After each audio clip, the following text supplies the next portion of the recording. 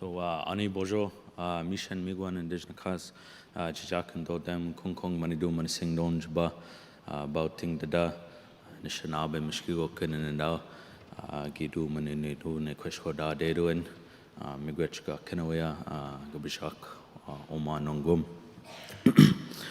Reconciliation is not an apology. It isn't black and white. It's not writing a check to a group of people. But reconciliation truly can be interpreted by many individuals. But what matters is the people who are directly impacted by the repercussions of residential schools. What reconciliation is for me, an individual who's had two grandparents attend residential schools, two grandparents attend day schools, is reconciliation begins with the regaining of our identity as Anishnaabemowin people. It begins with the regaining of Anishnaabemowin, or traditional law. We never had to ask permission to use the space, to use the grass, to use the trees, to use the water.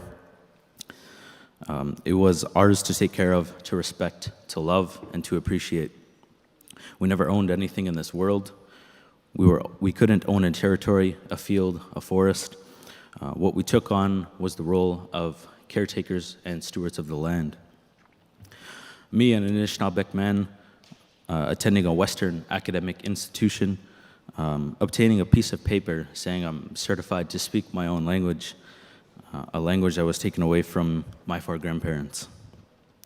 My hopes for generations to come is that they will not have to experience the same systemic racism and oppression that my generation or generations before me have endured.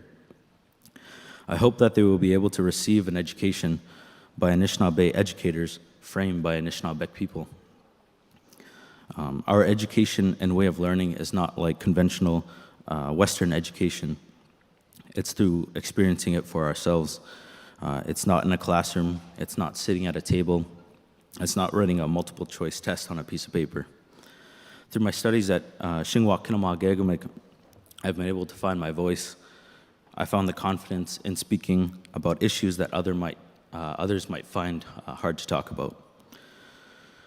I've had multiple teachers, all at different stages in their lives.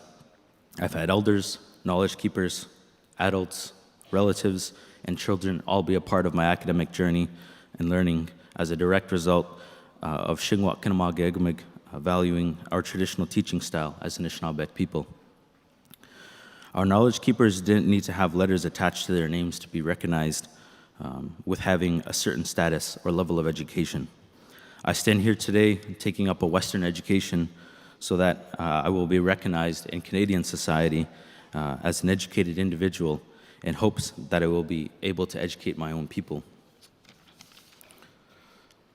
It has been a long, tiring journey for us, having to educate you not only about our Anishnaabe history, but also about the history we share, and about the truth of what your society has done and how it has benefited at our expense.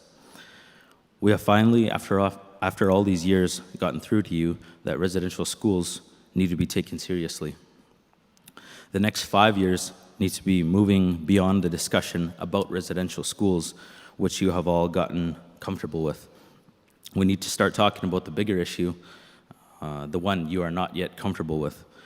That residential schools were set up to take away our ability to make decisions for ourselves and the rights to self-governance. If you continue to make decisions for us, then you are supporting the same system that suppressed our voices and oppressed our people. The next conversation we need to have is how will you use your power and your privilege and your resources to clear space for us to lead our own way forward. We can do this ourselves. You are welcome to be our partners, but we are going to lead our own way forward. And that's what is meant by the two-row wampum. We are willing to accept the concept, when others are willing to accept the concept of Anishnaabemowin in traditional law, then we will be heading in the right direction of reconciliation. Thank you all for coming, Camille.